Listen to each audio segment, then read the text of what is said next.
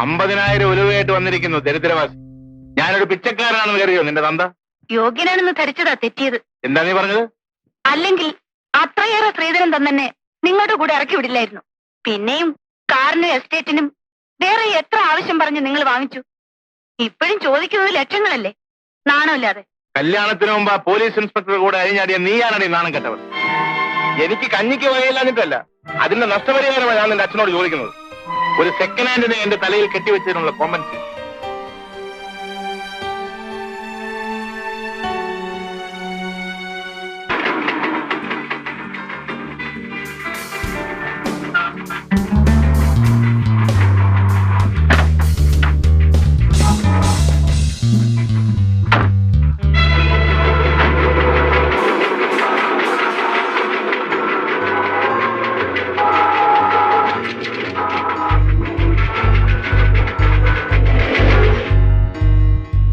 മകന്റെ girl friend ആരാണെന്നറിയും?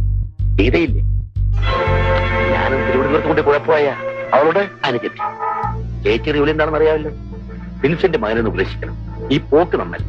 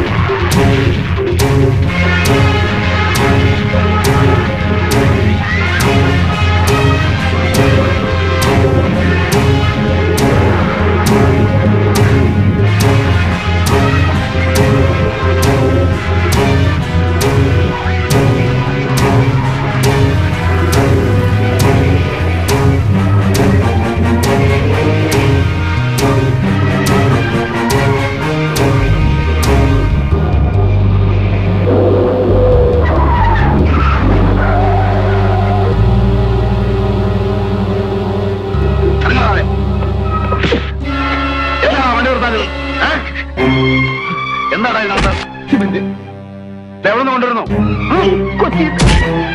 ആർക്കാണ് കൊണ്ടുവന്നേ? അറിയില്ല സാർ. അറിയില്ലേ? സാർ, വണ്ടി ഇവിടെ എത്തിയ ഈ നമ്പർ വിളിക്കാനാണ് സാർ പറഞ്ഞത്. 74584 ഇവിടത്തെ ഫോൺ നമ്പറാണോ? അതെ. എനിക്ക് വീടൊന്ന് പരിശോധിക്കണം. സെർച്ച് വാറണ്ടുണ്ട്. അത് ഐ എം സോറി, എന്റെ ഡ്യൂട്ടിയാണ്.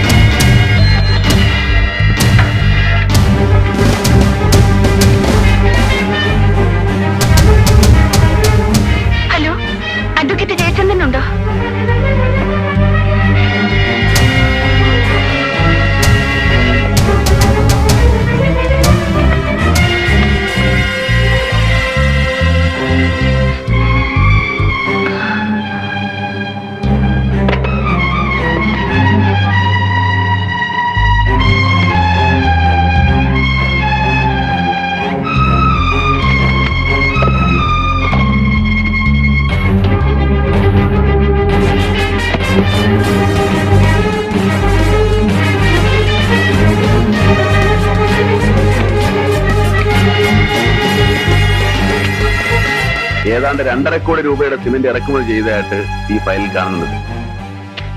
ഒരു ധർമ്മസ്ഥാപനത്തിന്റെ പേരിൽ ഇറക്കുമതി ചെയ്ത ഈ സിമന്റ് അത്രയും സ്വകാര്യ ഏജൻസികൾക്ക് ബ്ലാക്കിൽ വെച്ചതായും രേഖ.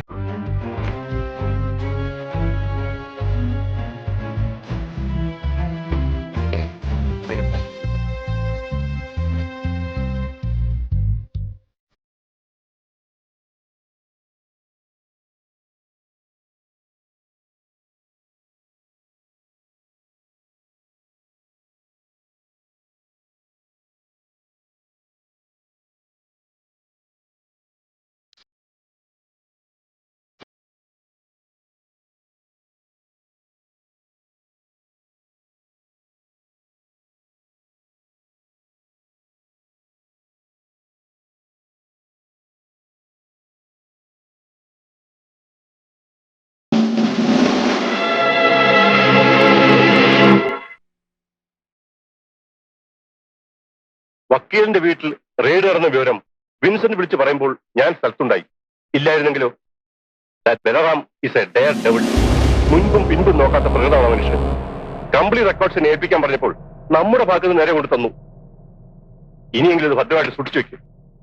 ഇയാളുടെ കാര്യപ്രാപ്തി വിൻസെന്റിന് ചന്ദ്രാരിക്കും ബോധ്യമായില്ല. അല്ല, അത് കുമാർ സാർ പറയുന്നത് പോലെ ഞാൻ വടക്കോട് വക്കീൽ. കോടിക്കണക്കിന് രൂപയുടെ തിരിമറിയ അതിൽ ഉയരി പണയം വെച്ച മറ്റുള്ളവർ പലതും മറക്കുന്നത്. കൂട്ടത്തിൽ 5-6 ലക്ഷം കടലാസ് ഒതുക്കി വെക്കാൻ ത്രാണിയില്ലാത്ത ഇയാളുടെ ന്യായപ്രസവമൊന്നും കേൾക്കണ്ട.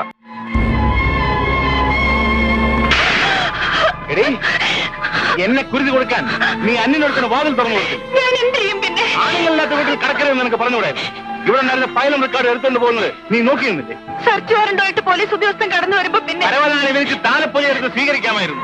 അറ്റ്ലീസ്റ്റ് നീ എനിക്കൊന്ന് ഫോൺ ചെയ്തു. പലതവണ ശ്രമിച്ചതാ, കിട്ടണ്ടേ? കിട്ടില്ല. വന്നത് പോലീസ് ഓഫീസർ മാത്രമല്ലല്ലോ, കാമുകനല്ലേ? അനാവശ്യം പറയരുത്.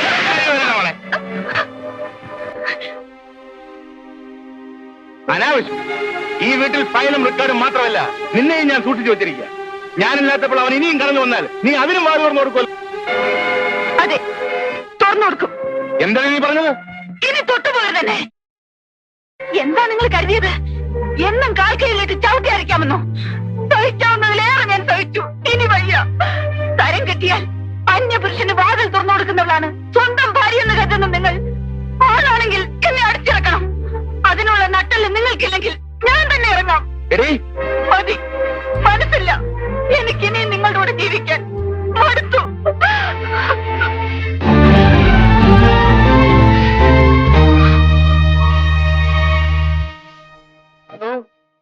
Is it home?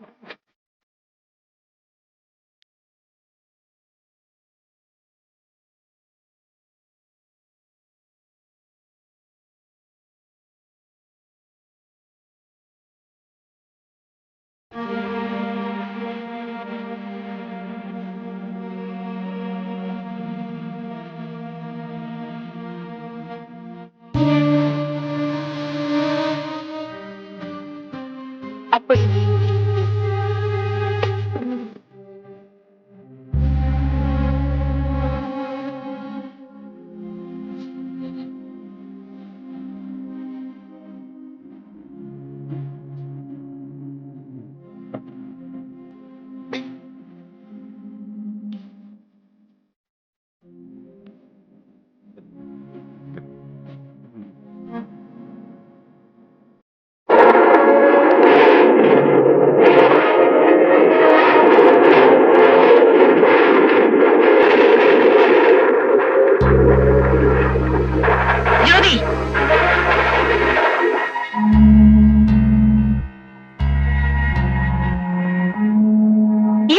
കാര്യം?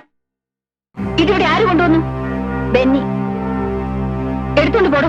കൊണ്ടുപോകാനല്ല, ഞാനിത് ജ്യോതിക്ക് പ്രസന്റേഷനായി കൊടുത്തതാ. പ്രസന്റേഷൻ? ചേച്ചി, ബെന്നി അവമാനിക്കരുത്. ഞാൻ വിളിച്ചിട്ട് എന്റെ ഗസ്റ്റ് ആയിട്ടാ ബെന്നി വന്നിരിക്കുന്നത്. ആണോ? എങ്കിലും ഉപചരിക്കണമല്ലോ. അത് ഞാനാകാം. ഞാനല്ലേ ഗൃഹനാഥ. നീ അകത്ത് പോ. ജ്യോതി, നിന്നോട് അകത്ത് പോകാനാ പറഞ്ഞത്. എനിക്ക് ഇയാളോട് അല്പം സംസാരിക്കാനുണ്ട്.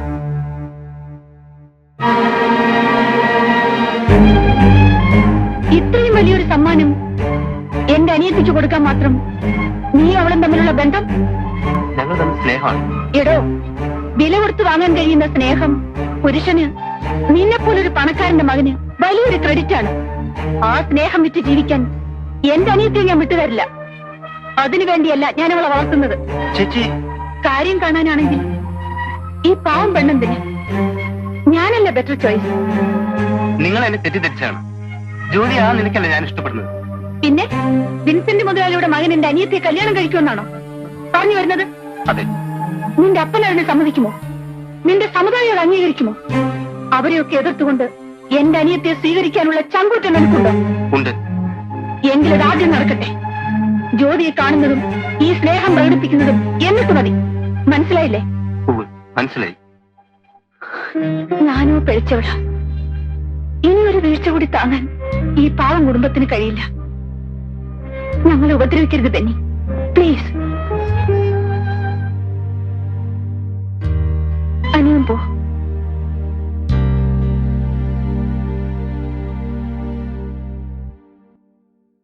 മോനെ, നിനക്ക് പ്രായമായി. ഇഷ്ടപ്പെട്ട ഒരു പെൺകുട്ടിയെ നീ കല്യാണം കഴിക്കണമെന്ന് ആഗ്രഹിച്ചാൽ ആർക്കും നിന്നെ തടയാനാവില്ല. പക്ഷേ ഡാഡിയുടെ സമ്മതത്തോടെ ഈ കല്യാണം നടക്കുമെന്ന് നീ കരുതണ്ട. അവളുടെ ജാതിയും മതവും ഒന്നും എനിക്ക് പ്രശ്നമല്ല. എന്നാൽ സിറ്റിയിൽ അറിയപ്പെടുന്ന ഒരു വേശ്യാലയം എന്റെ മകന്റെ ബന്ധുവീടാകാൻ ഞാൻ സമ്മതിക്കില്ല. ജ്യോതി വേശ്യല്ലേ ഡാഡി? അവളുടെ ചേച്ചിയാണല്ലോ സീത.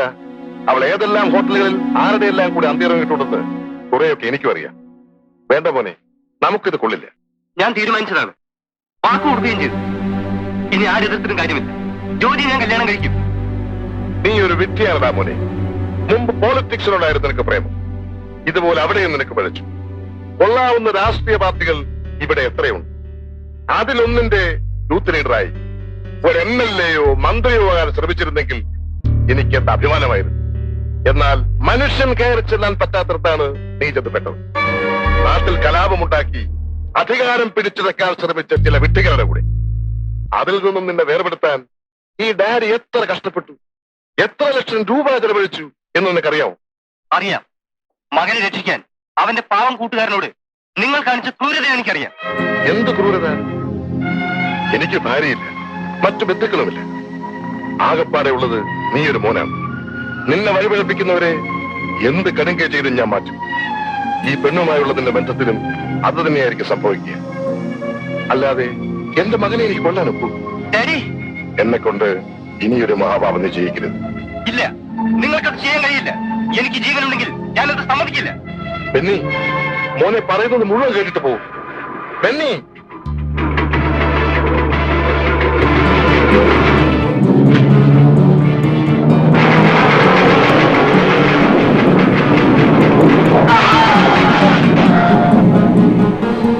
മന്ത്രിയുടെ കാറാ.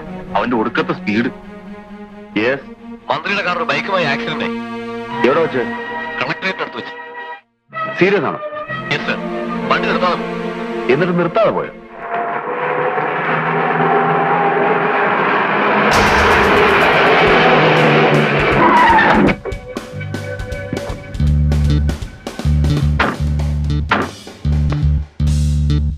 സാർ, വഴിക്ക് വെച്ച് ഈ വണ്ടി ഒരു ബൈക്കുമായിട്ട് ഒരു ആക്സിഡന്റ് ഉണ്ടായി. യെസ്. അടുത്ത പോലീസ് സ്റ്റേഷൻ റിപ്പോർട്ട് ചെയ്തേക്കൂ. ആ പയ്യന്റെ നില കുറച്ച് സീരിയസ് ആണ് സാർ. ചത്തോ? അറിയില്ല. മിസ്റ്റർ, ഒന്ന് ഇറങ്ങണം. എന്തിനാ ഇറങ്ങണം മിസ്റ്റർ, പറയാം. താനാരോ എന്നോട് ഇറങ്ങാനല്ലോ പറഞ്ഞത്. കൊള്ള rob. Excuse me sir, guest ഹൗസിലേക്ക് സാറിന് പോലീസ് ജീപ്പിൽ പോവാം. സാറിന് നിയമം അറിയാമല്ലോ. ഈ വണ്ടി കസ്റ്റഡിയിൽ എടുക്കാണ്. സാർ, എന്ത് തോന്നിയാത്തോടോ താൻ കാണിച്ചത്? ഒരു മന്ത്രിയുടെ കാർ തരാൻ താനാരാ? തനിക്ക് എന്ത് അധികാരം? പൊതു നിയമം മന്ത്രിമാർക്കൊന്നും വേറിട്ടില്ലല്ലോ സാർ. ഒരാളെ കാറടിച്ചു കൊന്നാൽ അവൻ മന്ത്രിയായാലും രാജാവായാലും. നിർത്തണോ തന്റെ പ്രസംഗം? അതുകൊണ്ടുണ്ടാകുന്ന ഭവിഷ്യത്ത് എന്താണെന്ന് തനിക്കറിയാമോ? അതെന്തോ ആവട്ടെ, കൃത്യമായി ജോലി ചെയ്യാൻ പോലീസുകാർ ഭയപ്പെടുന്നതുകൊണ്ടാണ് റോഡിൽ കൊടിയേറ്റ കാറുകളുടെ ഈ മരണപ്പാച്ചിൽ. അത് നിർത്തണം സാർ. നിർത്തും. മരണപ്പാച്ചിലല്ല, തന്റെ ഈ തോന്നിവാസം. ഓക്കെ ഉള്ളൂ.